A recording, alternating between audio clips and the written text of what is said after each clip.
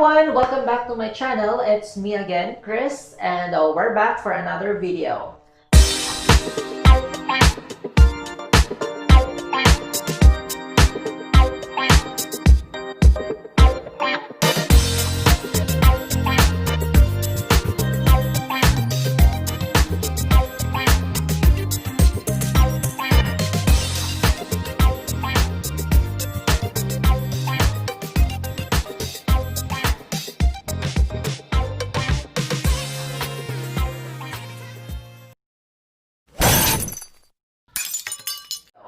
For today's video, magluluto tayo ng protein pancake. Here's our ingredients. Na-prepare ko na yung ingredients natin. We have 2 eggs, 1 cup of oatmeal, 2 medium-sized banana. Yung hinog masyado yung piliin niyo ha, para doon na kayo kukuha ng tamis. Hindi na kailangan natin ng sugar. 2 tablespoons of chia seeds and half cup of egg white and 1 teaspoon of baking powder, 1/4 teaspoon of vanilla extract, and 1/4 teaspoon of cinnamon powder, and 1/4 teaspoon of salt. And optional, kung wala naman kayong protein powder, okay lang na wala ito. Kung meron, pwede nyo lagyan at least 2 tablespoons of protein powder. And that's our ingredients, guys. So, ang gagawin lang natin, ipaghalo-halo lang natin siya sa ating blender.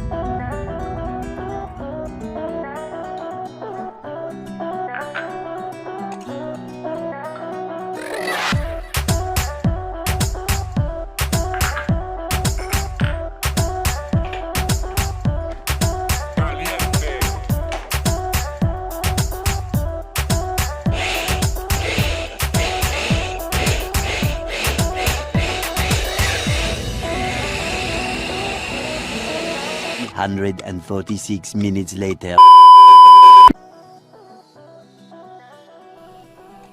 While nagbe-blend po ako kanina, sinalang ko na po yung ating kawali para mainit na po. After natin ma-blend ang lahat ng ating ingredients, pwede na po natin ito agad na iprito. Magpahid po tayo ng oil sa kawali at maglagay ng 3 kutsarang pancake mixture. By the way po guys, kung meron kayong oil spray, pwede po yun, 1 to 2 spray lang po. At dahil wala akong oil spray at wala din akong brush, so gumamit ako ng dahon ng saging para magsilbing brush natin. Yan po ay turo ni Inay. Sa atin pong mixture, bali makakagawa po tayo ng mga 6 to 7 na piraso ng pancakes. Tip guys, pag nagkaroon na po ng bubbles yung top ng ating pancake, pwede na po natin yan siyang baliktarin.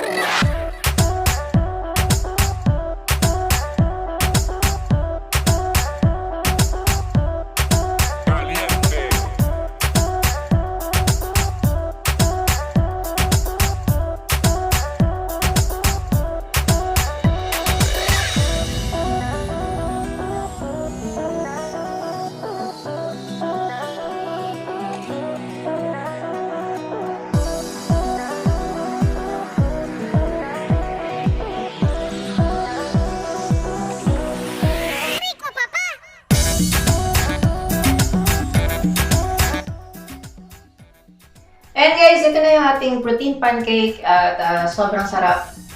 Subukan nyo. For sure, hindi kayo magsisisi. Okay na to for breakfast and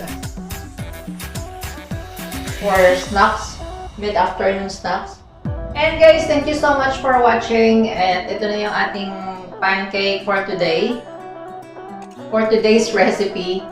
And kung bago ka lang dito sa aking channel, please don't forget to subscribe and click the notification bell icon para lagi kang updated kung meron akong bagong videos na i-upload. At kung nagustuhan mo ang video na ito, please don't forget to leave your comment below and like this video. That will help me a lot to make more videos like this. I'll see you in my next video. Thank you for watching. Bye!